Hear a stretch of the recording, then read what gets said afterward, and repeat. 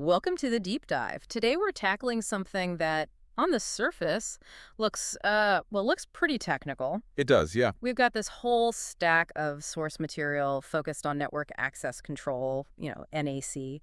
But our real mission here is to distill it. Right, to pull out the strategic knowledge. Yeah. To help you, the listener, understand the core ideas. Exactly. We're looking at the concepts behind systems like Fortinet and SCF, but forget the exam prep. This is about getting a complete picture of how modern enterprises actually control access, how they identify every single gadget on the network. That's the key. The jargon, it hides these really critical architectural decisions. Our goal is to extract those insights. How does a network see everything without, causing a massive disruption? Or how does it know what my phone is if I can't install an agent on it? Precisely. This is about that invisible intelligence layer that secures your network from the inside out. And our sources are structured perfectly for this. They're built around 10 specific questions that give us a roadmap, right? From activation all the way to some really advanced device profiling. So let's start at the very beginning. The absolute beginning, turning the system on. So when you're implementing a big security system like this, the first thing is just activation.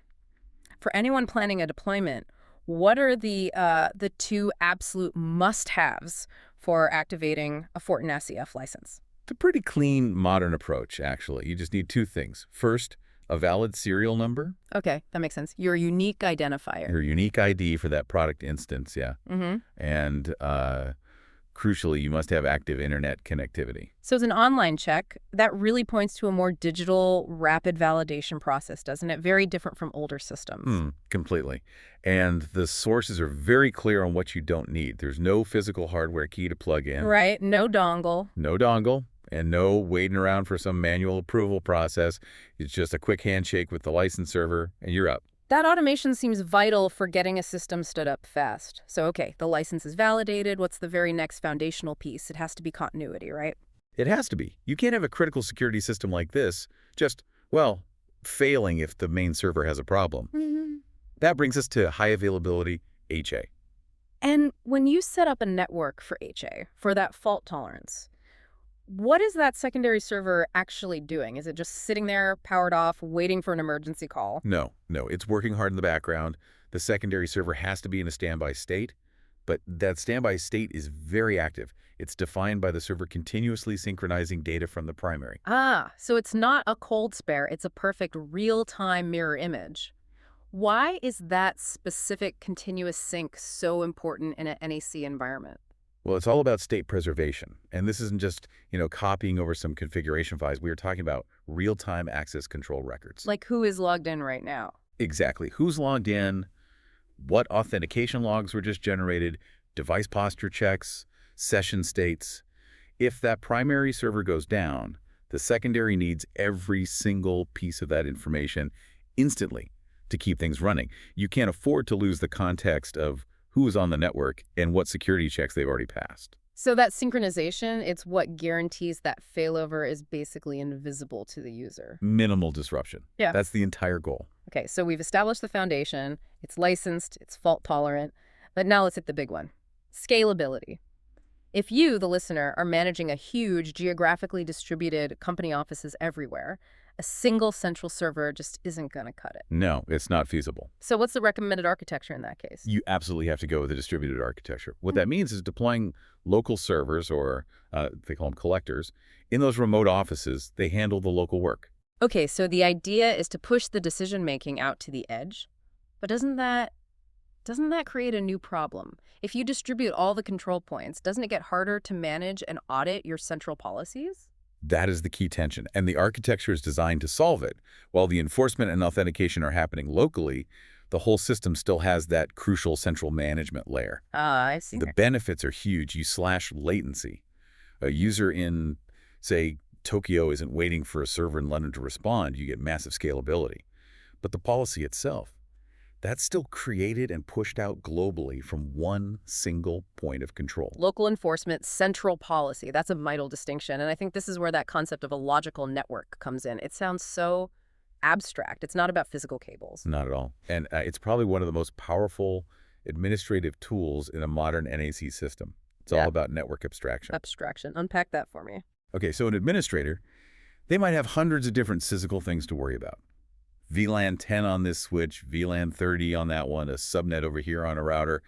A logical network lets you map all of those different physical parts into a single, unified policy object. Let me see if I've got the strategic impact here. So for you listening, instead of writing some monster access rule that lists out 30 different VLAN tags and subnets just for your staff, you just create one logical network. You call it Trusted Employee Zone, maybe. And you write one policy for that logical network. Precisely. You've just simplified policy creation enormously. Yeah. You're no longer managing infrastructure details.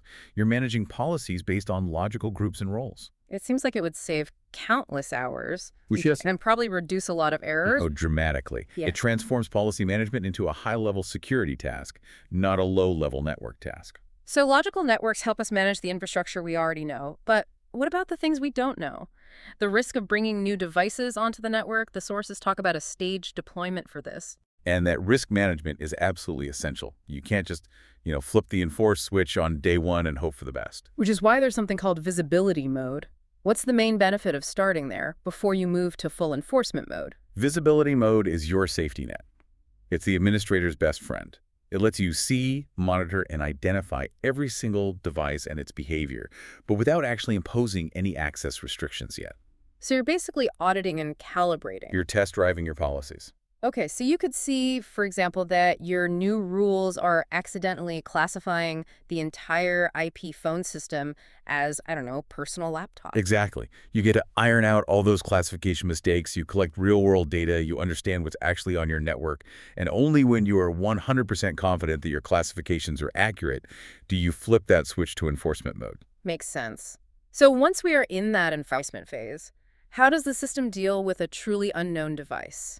Say a contractor shows up, plugs their personal laptop into a port. That device gets sent somewhere special.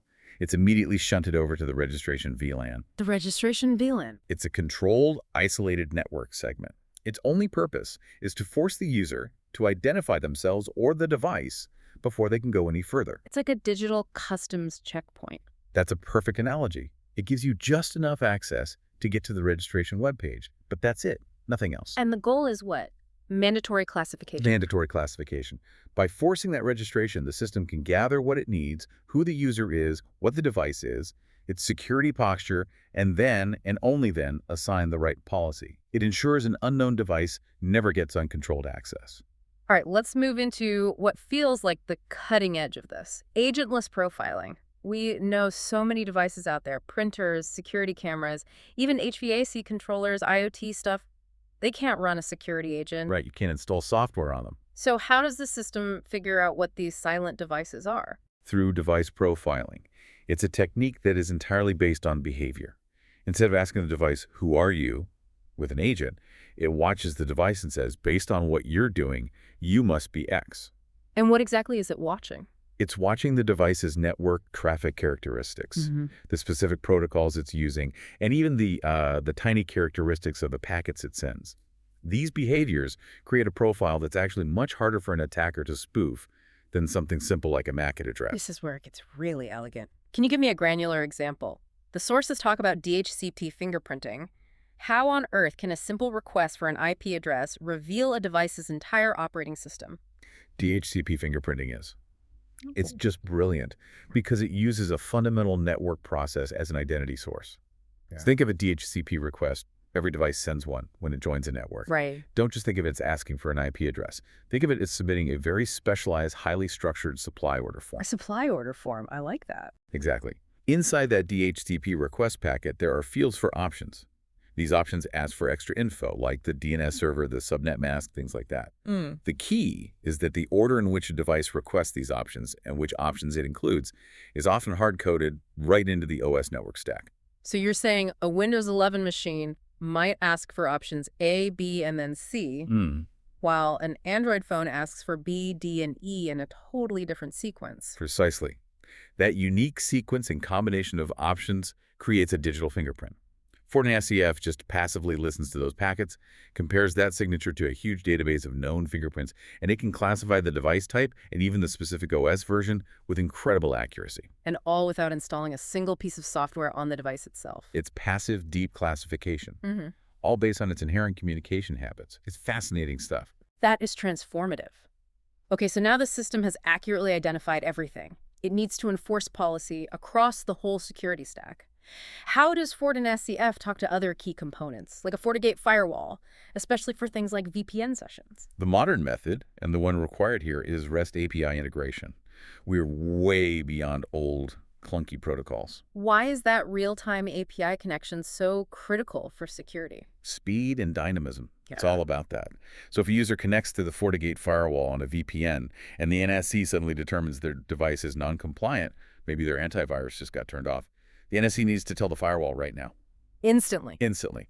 The REST API allows for that real-time exchange of session and posture information. Yeah. This enables dynamic enforcement. Yeah. The firewall can just terminate that VPN session immediately based on the decision from the NAC. It stops a non-compliant device from ever moving laterally across the network. We've covered managed devices, unmanaged IoT, employees. Let's finish with that necessary side door. Guests. If a temporary visitor needs internet access, which specific tool handles that controlled onboarding for them? That is handled by the captive portal. It's that dedicated, often branded web page that temporary visitors see first. The one you see at hotels and coffee shops? That's the one. It forces them into a controlled authentication path. They might have to self-register or get a sponsor to approve them. And once they authenticate, the system applies the right guest policies, usually time-limited, restricted access, while making sure you have full visibility into what they're doing. So it makes sure even guests are classified and restricted before they get anywhere near important resources. It keeps all that guest traffic properly segmented and compliant. This deep dive has put incredible strategic context around what looked like really dry material at first. Thank you for guiding us through this. This was a fascinating deep dive into modern network control. My pleasure. We'll see you next time.